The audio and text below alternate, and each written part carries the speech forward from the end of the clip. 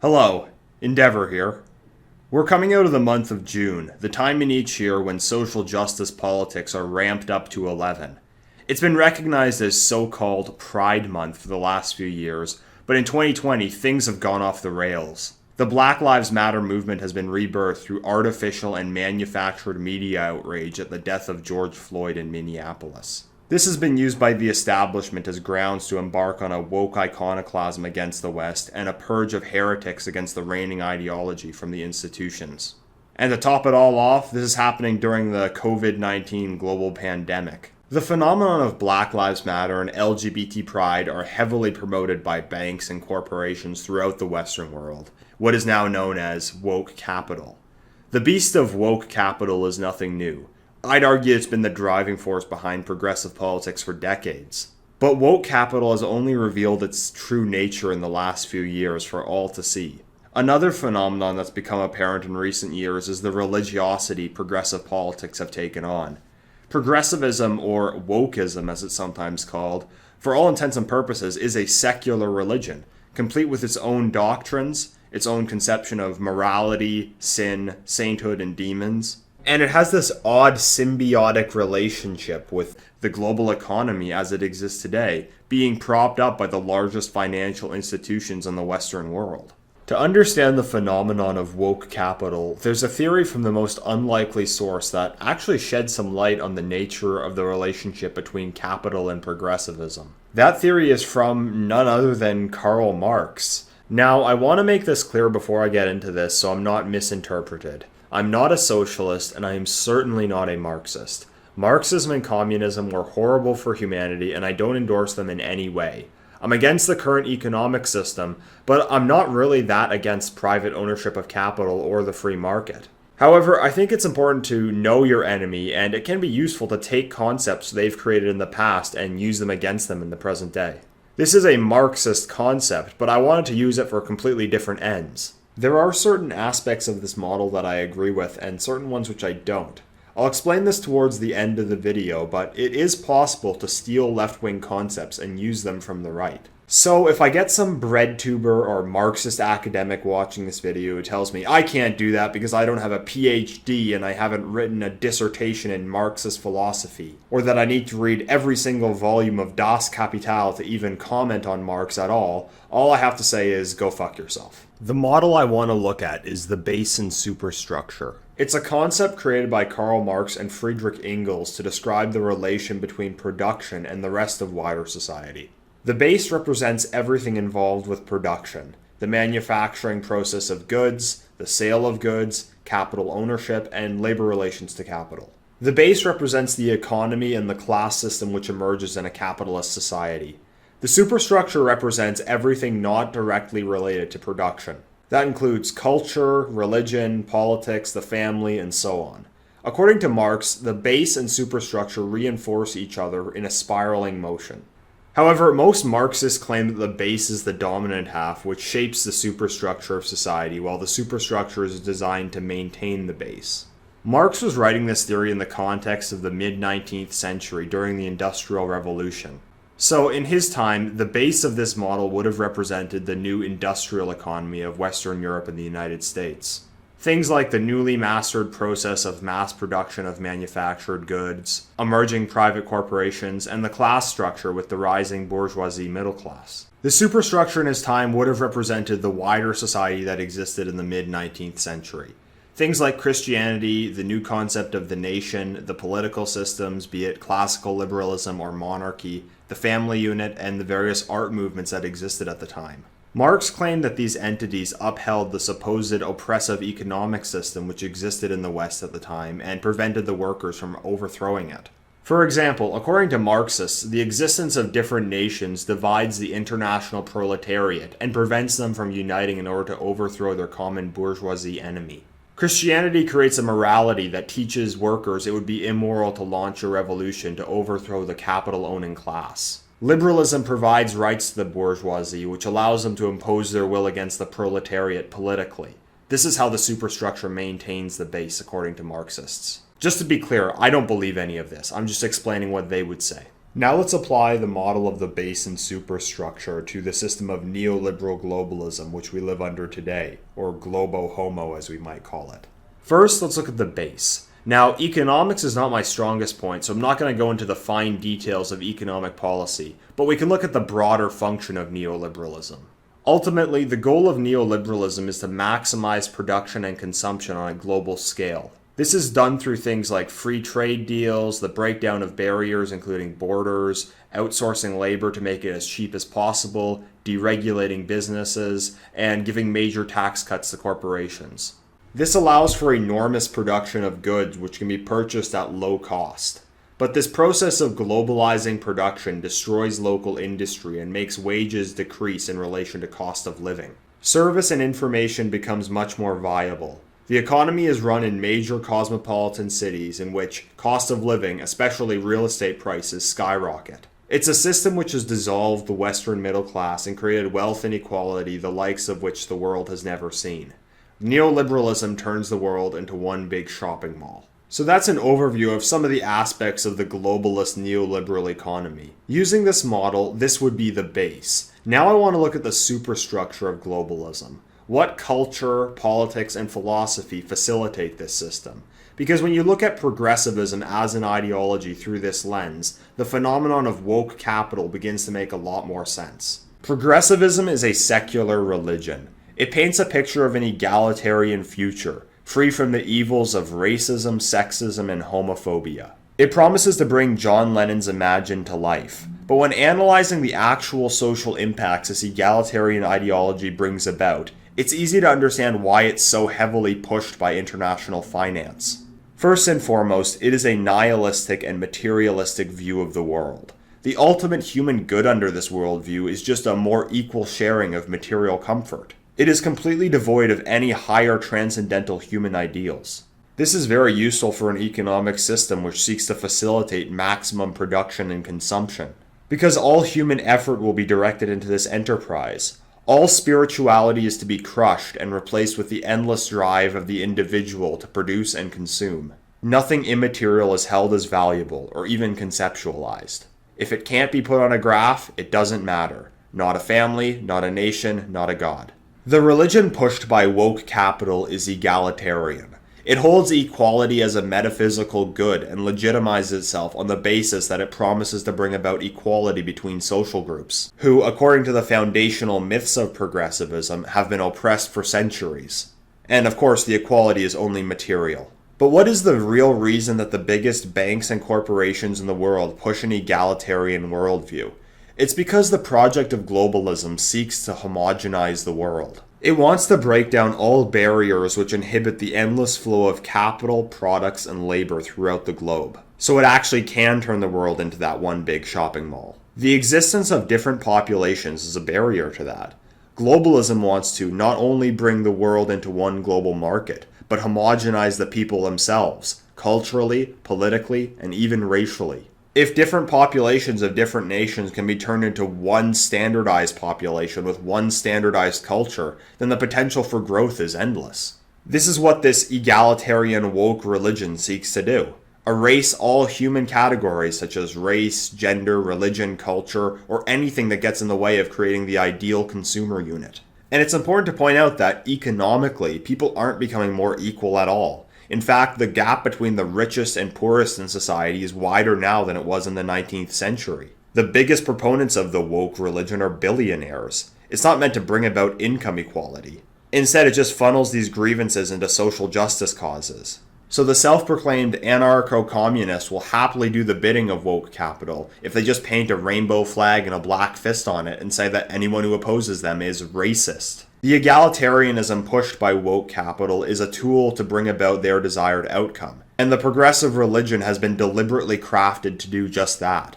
But unlike other religions which were born out of a faith in a higher power, this religion has been designed by oligarchs to craft a more subservient populace. Which is why morality under this religion isn't judged by the virtue of someone's actions, but on whether or not they hold the correct political ideology. So if someone goes against the ideology, they're deemed a racist, and any repression against them is justified on that basis. This is why progressives are generally such vicious and hateful people. They think that just believing in their egalitarian religion is what makes them virtuous, and anyone who differs is considered less than human and to be destroyed. And it's a very effective method to ensure ideological conformity. Progressivism, as a religion, has its own religious tenets. The absolute most fundamental tenet of this religion is that it is anti-white. When you look at the left's Rainbow Coalition, this is the one logically consistent position held by everyone who is a member. And it's the guiding principle that will determine where leftists will side on any given issue. To be on the modern left, you must be anti-white.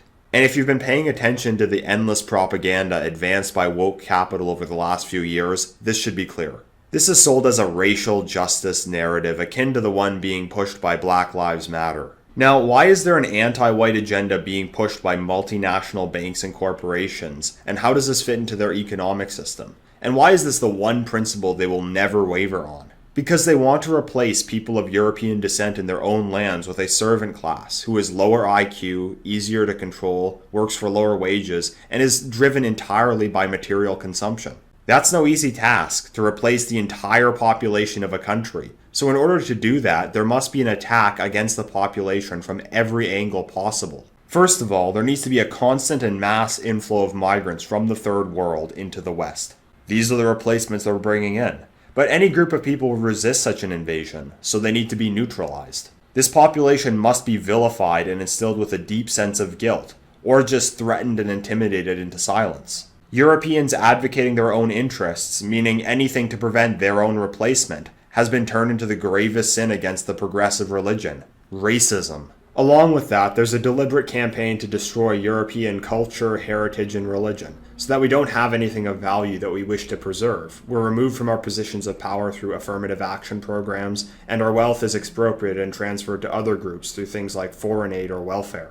Being that globalism is a global force, as the name would suggest, it seeks to undermine the nation-state. Ethnic homogeneity and solidarity is key to a powerful state, so multiculturalism undermines this by dividing and atomizing the population, making the national weak and the international strong. And it's important to note that despite the differences in language and culture between different groups of European-descended peoples, they're all under attack on a racial level. Not only to destroy existing European ethnic groups, but to prevent new ones from being formed. It doesn't matter if it's a white American, a Slovakian, or a Boer in South Africa. They are all categorized as white and being attacked on that basis. I do believe that people of European descent exist as a group, albeit a loose one with varying cultures and languages, and that there does exist an overarching European identity, but that is not what they mean when they say white. It's a purely negative category created only to identify the peoples that woke capital wishes to destroy and to vilify and craft policies against them on that basis. They've even created the despicable term whiteness and deemed it this evil force which must be deconstructed. And if it's not already clear, when they say they want to deconstruct and destroy whiteness, what they mean is they want to destroy white people. They just use the term whiteness to hide the evil motivations behind such an agenda. For these reasons, woke capital is fundamentally opposed to things like culture and identity, especially in a European context, but that goes for all groups. For example, they'll import Muslims from deeply conservative societies into the West, but over the course of a generation, after they've undergone the Lgbt indoctrination in schools, it will attempt to convert them into global homo liberal consumers, just like everyone else.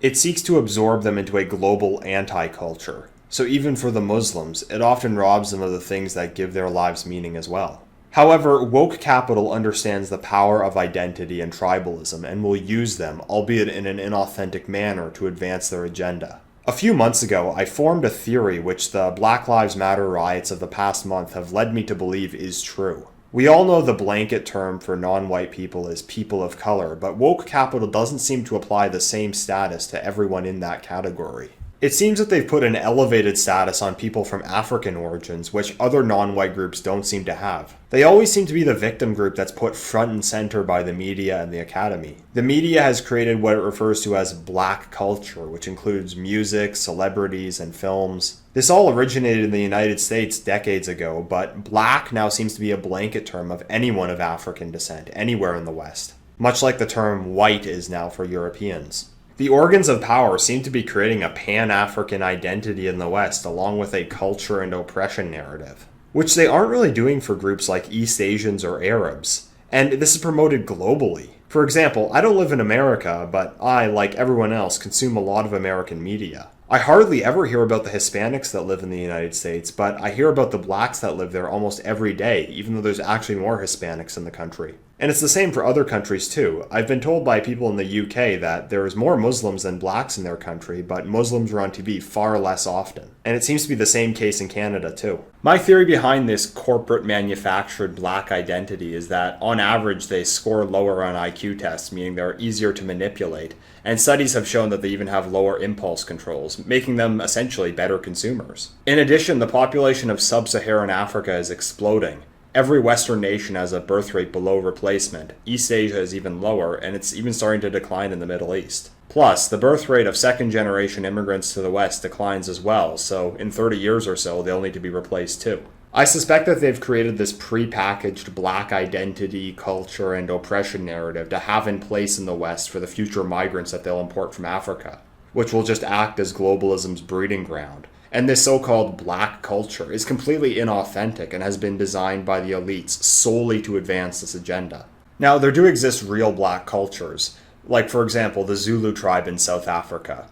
Sure, it's a primitive culture, but at least it's one that has its own tradition, hierarchy, sense of honor, and it naturally developed over the course of history. Or another example could be Jamaican culture, or even the black culture that historically existed in the southern United States. They're more similar to each other because they have similar genetic roots, but they are unique cultures that are about more than just race. But this new so-called black culture being promoted by international media is nothing like that. There are only 3 messages the entire culture has about the world. You're awesome because you're black, white people oppress you with racism, and money, sex, and status. That's it.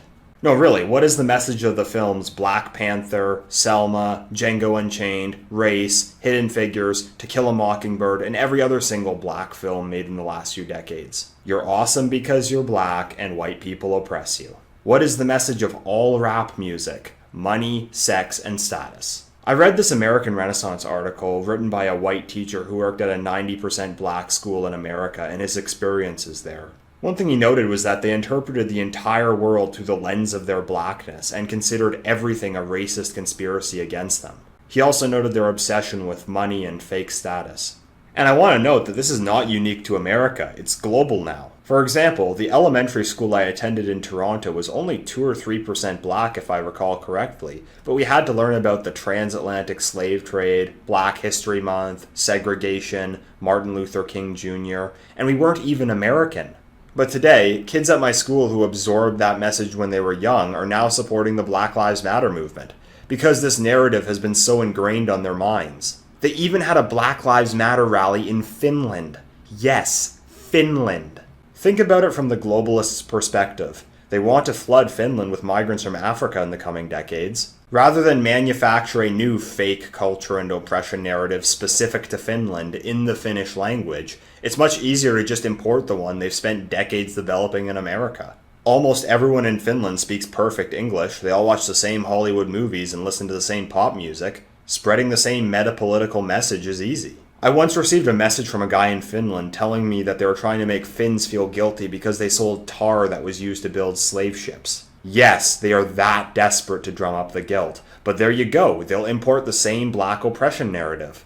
Slavery is the foundation of this narrative. You can try to point out that the Arab slave trade was worse and lasted a lot longer, that most whites weren't even involved in it, or that plenty of Africans enslaved other Africans, and that this is still the case to this day, but it never works. Because the narrative is one designed solely to facilitate the anti-white agenda, and the meta-politics behind it have ingrained the image of white people as oppressors in black people's minds. So the facts don't matter. It allows them to associate all their problems with white racism and abdicate all responsibility for their own actions. This fake and corporate manufactured culture and oppression narrative is really effective because it makes them permanent members of the left's political coalition. Black Americans will vote 85% or more for the Democrats. And again, this culture is completely materialistic, making them better consumers, because their only real grievance against neoliberal capitalism is that they don't have a big enough share of the wealth.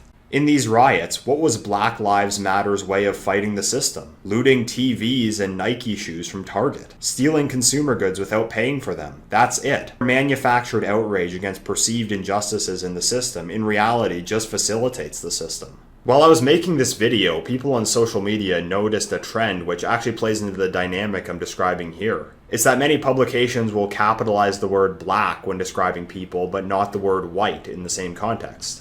American Renaissance actually wrote an article about this. These publications claim that black represents an ethnic group, so it should be capitalized, while white just describes a skin color, so it should not be capitalized. Which makes no sense. Either both are legitimate categories, or neither are. So it reveals that they're making an active attempt to unite African-descended people as a group, but to prevent Europeans from doing the same. And need I mention those now infamous advertisements, which everyone by now has begun to notice. This is why they're not only tearing down symbols of European culture and heritage, they're replacing them with black symbols. Like this Juneteenth Day, which I had never heard of, but apparently we now have to pretend like it's always existed. This is why you see every single corporation and bank in the Western world coming out in support of Black Lives Matter and donating hundreds of millions, or in the case of Bank of America, $1 billion to so-called racial equality causes. They're playing the long game. This is the elite's future servant class. So they're culturally, along with demographically, reshaping the West in their image. All of this is on a global scale, hence the term globalism.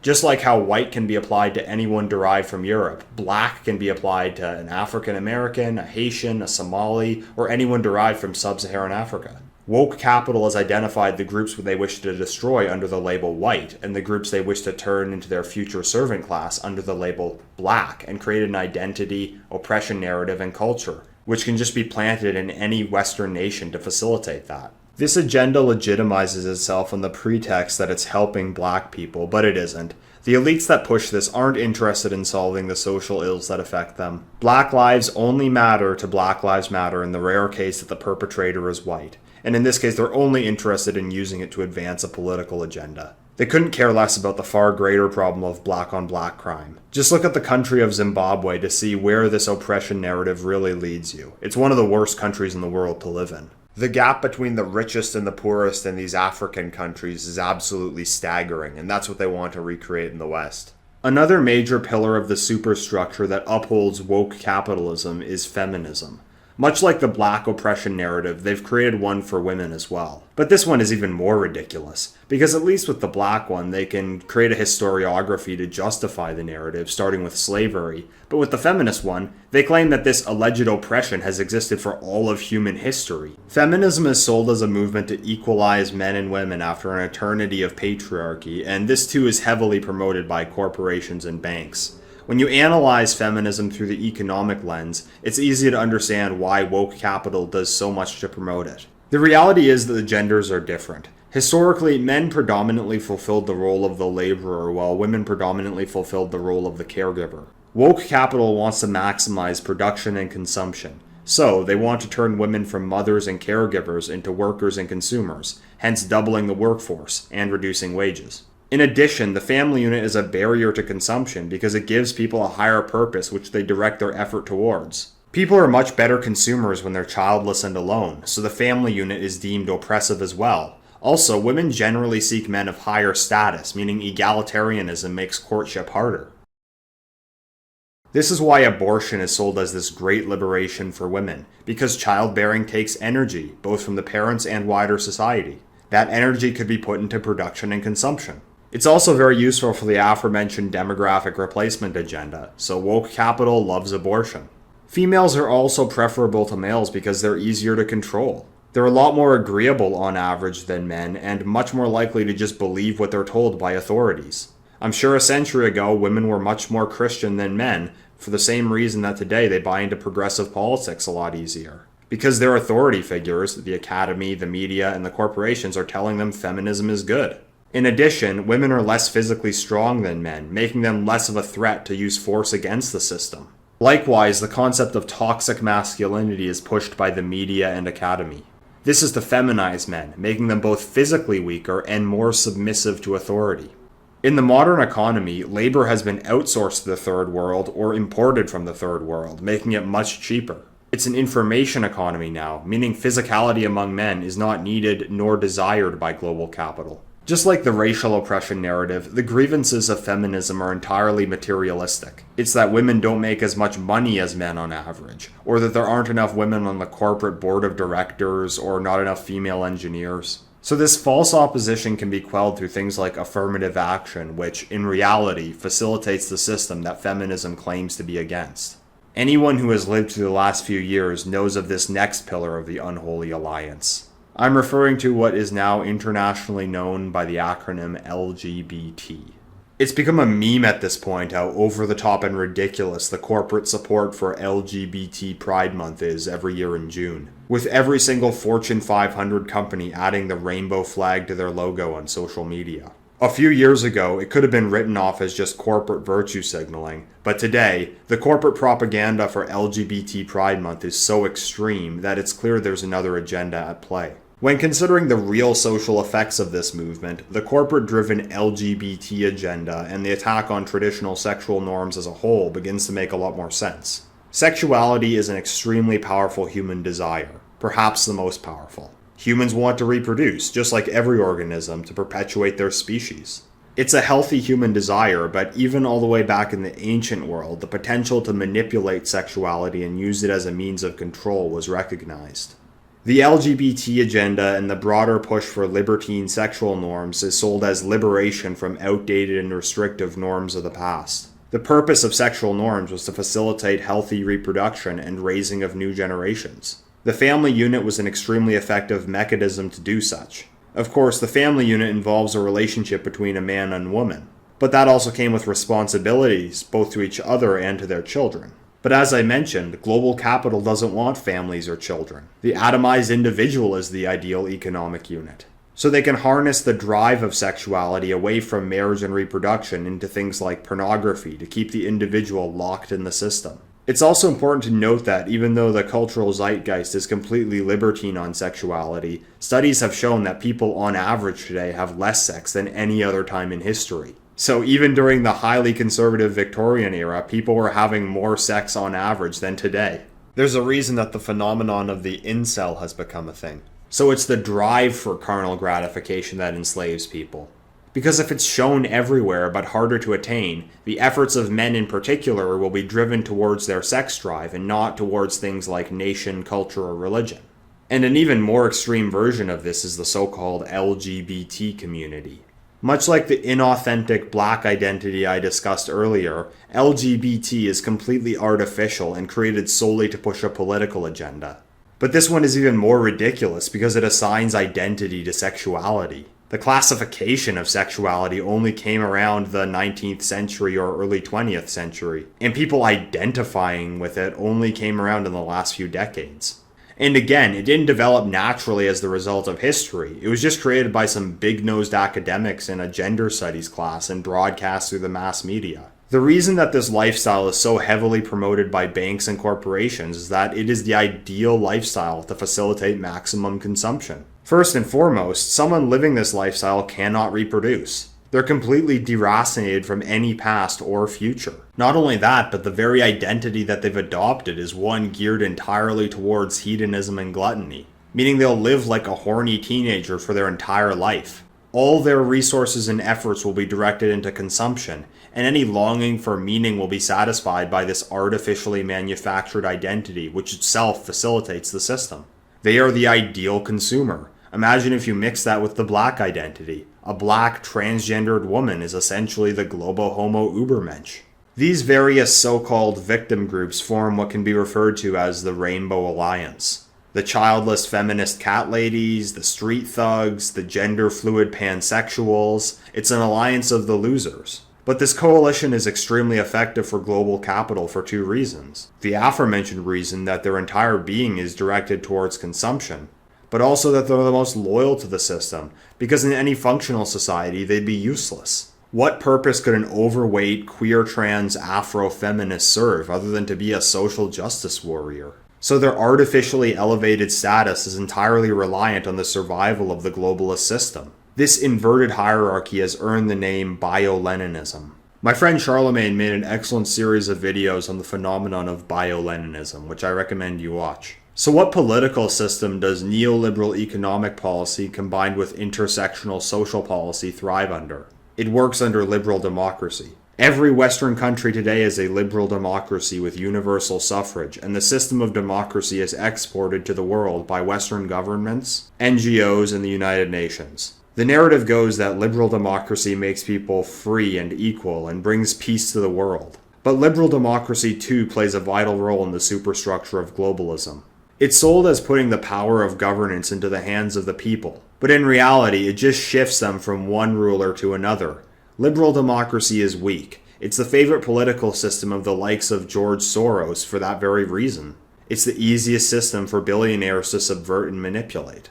The only counterforce to infinite capital is state power. Liberalism negates state power, meaning that global capital has free rein to enact its agenda. The liberal rights which are granted under liberal democracy allow multi-billion-dollar privately owned news corporations to broadcast propaganda to the masses. Billionaires have the ability to set up universities which instill the desired worldview into the educated professionals of tomorrow, and capital can control the masses not by physical force but by economic force. If someone posts something politically incorrect on social media, the tech company will ban their account. They hold the wrong political views IRL, they get fired from their job. Someone with the wrong views tries to make money on the internet, they can be denied service to a payment platform. Liberalism allows the private sector to wield enormous power over the populace, completely free from state intervention. It creates a decentralized tyranny emanating from the private sector.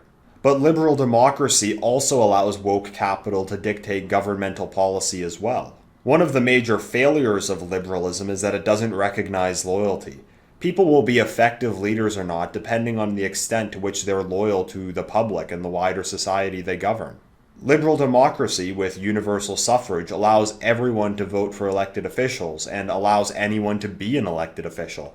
This makes the previously mentioned strategy of Bioleninism a lot easier. Those making decisions very often do not have the best interest of the wider society in mind because they are fundamentally not loyal to it. So they can be bought. Lobbying is much easier when the politician being persuaded has nothing to lose if their decision does not benefit the populace. So they'll take the money, meaning those with the money will win. Global capital demands expanding markets and a servant underclass, you get mass immigration. They don't want you to speak out against it, you get hate speech laws. They want families destroyed and atomized individuals, you get feminism and the Lgbt agenda. They don't want white people in positions of power so they can resist, you get affirmative action. And it's all under that dreaded rainbow flag, now visible on every street corner of every Western liberal cosmopolitan city. It's a symbol which has gone far beyond simply representing the LGBT movement. They've just added a black and brown stripe to the rainbow to represent non-white people. The rainbow flag has become the de facto flag of globalism as a societal project. It makes sense why corporations and banks force that damn flag down all our throats. It is their flag. Globalism is anti-human. It seeks to radically reshape human society against our nature in order to craft a new humanity made up of economic units to feed into the machine. Meaning it's not just an economic system, it's a societal system as well. So such an unnatural process needs to be forced on a societal level. Not only in business, but in art, culture, entertainment, education. It's not enough just to have open borders, open markets, and low corporate taxes. There needs to be a religion which gets people to go along with the project. It needs to be pushed in the films you watch, the music you listen to, the social network sites you use, even in the breakfast cereal you eat. It's an all-encompassing societal project. Intersectionality is the social policy to go along with the economic policy of globalism, the base and superstructure of woke capitalism. While this model is a useful way to understand the relation between progressive politics and capital, I am anything but a Marxist. Where I differ in my interpretation is that I don't believe in class struggle. I don't believe a classless society is possible or even desirable. I believe that hierarchy is both natural and healthy. Whether or not a hierarchy is legitimate depends on its ability to maintain order and stability. And if that exists under a culture and economic system which uphold each other, I don't see that as a bad thing. My problem with the current system is that it doesn't do this. Many leftists believe in economic determinism. This places the base as dominant over the superstructure in this model, that the culture, religion, and ideology of wider society exists to uphold the economic system. But I don't believe you can understand the world only through economics. Rather, I believe that the superstructure is dominant over the base. People don't see the world in purely rational terms. Things like culture, religion, or identity give people's lives meaning and often motivate them far more than economics do. I believe that the Europe of the 19th century, the one which Marx and Engels wished to destroy, wasn't oppressive and evil, but a good one.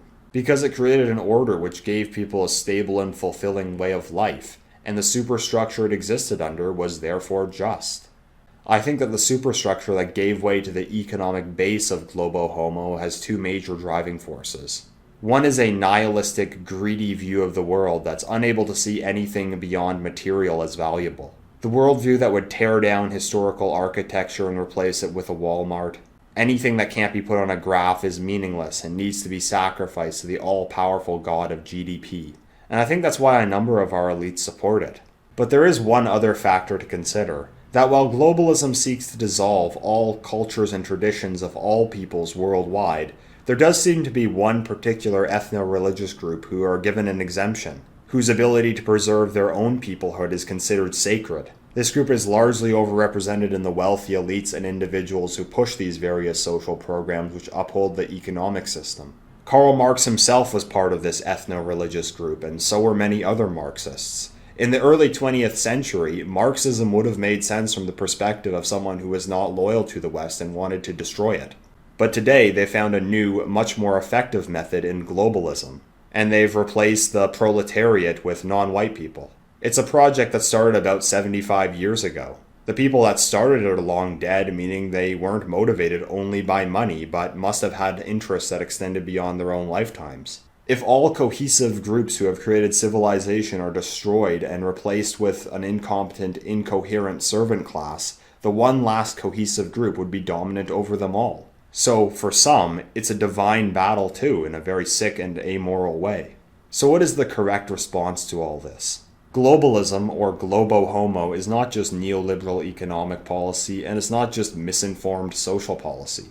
It is a global project to create a future for humanity devoid of all truth, goodness, and beauty. And a complete response from the right is not only to attack certain policies, but to offer an alternative for the future, both for the West and mankind as a whole. After this past month, it should be clear that no real opposition to this system is being offered by any institution of power. There is no real critique coming from the left. I doubt I even need to point out how astroturfed and inauthentic this entire Black Lives Matter woke uprising in the West is.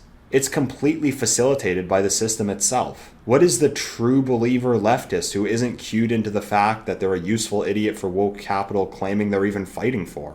Their only real critique of modernity is that black people can't afford to buy as many pairs of Air Jordans as white people. And they really have this cognitive dissonance where they say they're fighting capitalism while their causes are being relentlessly promoted by the very corporations they claim to be opposing. It never occurs to them. The word capitalism means nothing, so leftists saying they're against capitalism isn't a threat when they support everything the elites want them to. If they were genuinely against the system, they'd take a critical look at things like anti-racism, feminism, or LGBT and try to understand their relation to capital. But you will never, and I mean never, find a Marxist who will do that. Because they hold a religious devotion to the egalitarianism that has been created by the system itself, which has deemed things like LGBT rights and anti-racism as sacred and beyond reproach. Meaning leftists have an unquestioning devotion to them, making them very useful foot soldiers for the guys in the corporations and the banks. And just remember that when you see Antifa and Black Lives Matter marching in the street. That's what's behind all of this social justice shit. They're just useful idiots with a religious devotion to an ideology created by the elites to turn the populace into a bunch of consumeristic zombies. The opportunity that presents itself to the right is to offer an alternative to this empty, nihilistic vision for the future. There needs to be a new superstructure. I have no strong opinions on economics. Generally, I support a market economy with several social programs, but whatever the economic system is, these foundational premises must come first. That's more important than GDP. My friend the Distributist once said that he sees right-wing ideas not as a way to recreate a past state of humanity, but to create a better future for humanity than the one that modernity is pushing us towards. He has a really interesting video on the various tenets of what it means to be right-wing. In the video, I thought he provided a great framework for a worldview to stand in contrast to the one being advanced by Globo Homo. A real opposition to globalism will offer to take us in a different direction. Not one that wants to homogenize Earth's population under a global consumer anti-culture, but one that sees the various ethnic groups and cultures of the world as something valuable to be preserved. Not one which deracinates the individual from any responsibility in favor of gluttonous indulgence, but one that recognizes people's need for order and stability in their lives. Ultimately, the battle against Globo Homo is not only about preserving one's own peoplehood, culture, and spirituality, but preserving the very concept of peoplehood, culture, and spirituality. If humanity will be turned into a soulless mass of economic units to be fed into the machine, or if we'll be given the chance to live a fulfilling and authentic life. If you enjoyed this video, please like, share, and subscribe, and follow me on Twitter. If you'd like to support my work with a donation, you can do that too. In light of the most recent wave of censorship, it is important that we support alternative tech. My Discord server with over 500 members, along with my personal account, have been banned, so I've decided to move over to Telegram. My new Telegram channel will act as a replacement for Discord and a backup in the case that my Twitter account gets banned. There have also been a number of large right-wing YouTube channels which have recently been taken down. So I ask that you subscribe to me on BitChute as well in the case that my channel is banned. I upload exclusive content to BitChute, some of which is too spicy for YouTube, including this recent video I made where I reviewed the 1967 World War II film Tobruk. That can only be seen on my BitChute channel, so head over there to see it. All the links are in the description. Thank you for listening. Till next time, endeavor.